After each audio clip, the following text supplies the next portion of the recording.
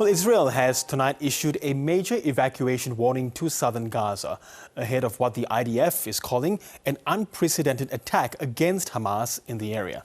The warning to the area of Khan Younis means almost all of southern Gaza is now under evacuation orders.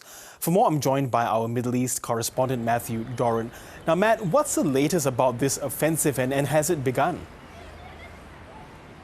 Well, Girish, good evening. We are seeing many tens of thousands of Palestinians heeding that warning which has been issued by the Israel Defense Forces to get out of that area in southern Gaza. They are being told to move west towards the Mediterranean coast and the area known as Al-Mawasi, which at various times throughout the course of this conflict has been described as a humanitarian zone, but which we must also point out has also been targeted repeatedly by the Israel Defense Forces in recent months. So in terms of saying that it's a safer place to go, there really doesn't appear to be any safe places in Gaza remaining.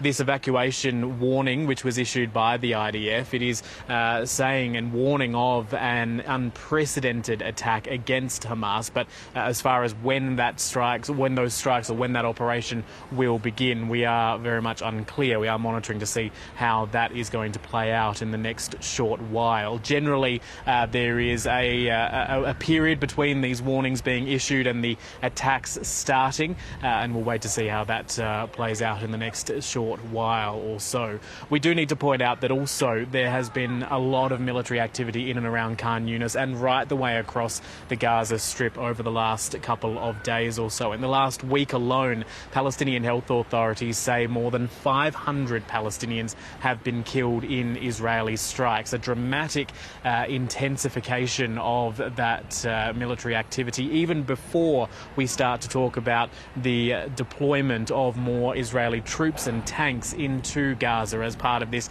extended and expanded military operation there. So this is a very significant moment. You mentioned in your introduction that now almost all of southern Gaza is subject to evacuation warnings. A couple of weeks ago, we saw efforts to effectively clear out the southern reaches of Gaza around the city of Rafah, pushing tens of thousands of Palestinians out of that area. The Israeli forces then building a new control line known as the Marag corridor, stretching from the Israel-Gaza border to the Mediterranean and cutting that whole area off from the rest of the strip, with Israeli forces and earth-moving equipment moving in to then clear that area as part of Israel's broader plans for Gaza.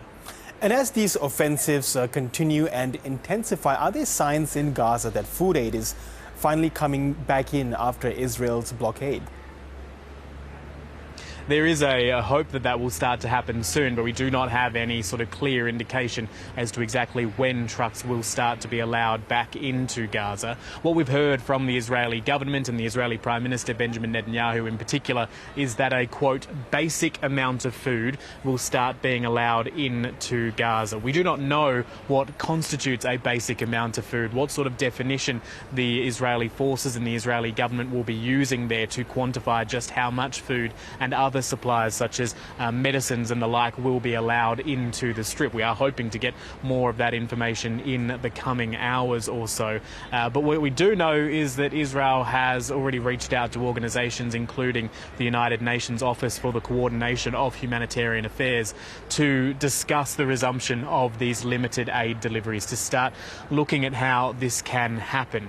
So it looks like OCHA will have some sort of role, at least in the initial phases, of bringing some of that aid in after 10 or so weeks of this total humanitarian aid blockade. We also know that another group has been set up, GHF, the Gaza Humanitarian Foundation, to help run some of these distribution points within Gaza to help get that aid to people. That is a move which has been roundly criticised by aid organisations, saying it's the weaponisation of aid, it is forcing people to travel long distances to get those vital supplies, and that should not be the approach. But that is what Israel is pushing ahead with, and it's very pertinent to point out what Benjamin Netanyahu has said about this issue this morning. He's released another video on social media. He has not done any interviews or faced journalists to be questioned about this proposal, to face any sort of scrutiny. He instead releases videos on social media, and he has said that this is, of course, partly to do with the concerns around famine in the Strip, but he is also saying effectively that Israel is losing the support of the international community because of what it's been doing in this part of the world. Here's some of what he had to say earlier.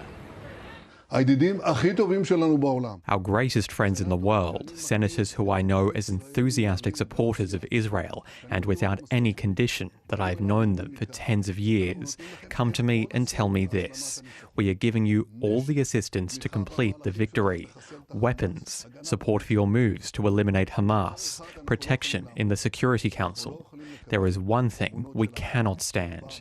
We cannot accept images of hunger, mass hunger, and that is what we cannot stand. We won't be able to support you.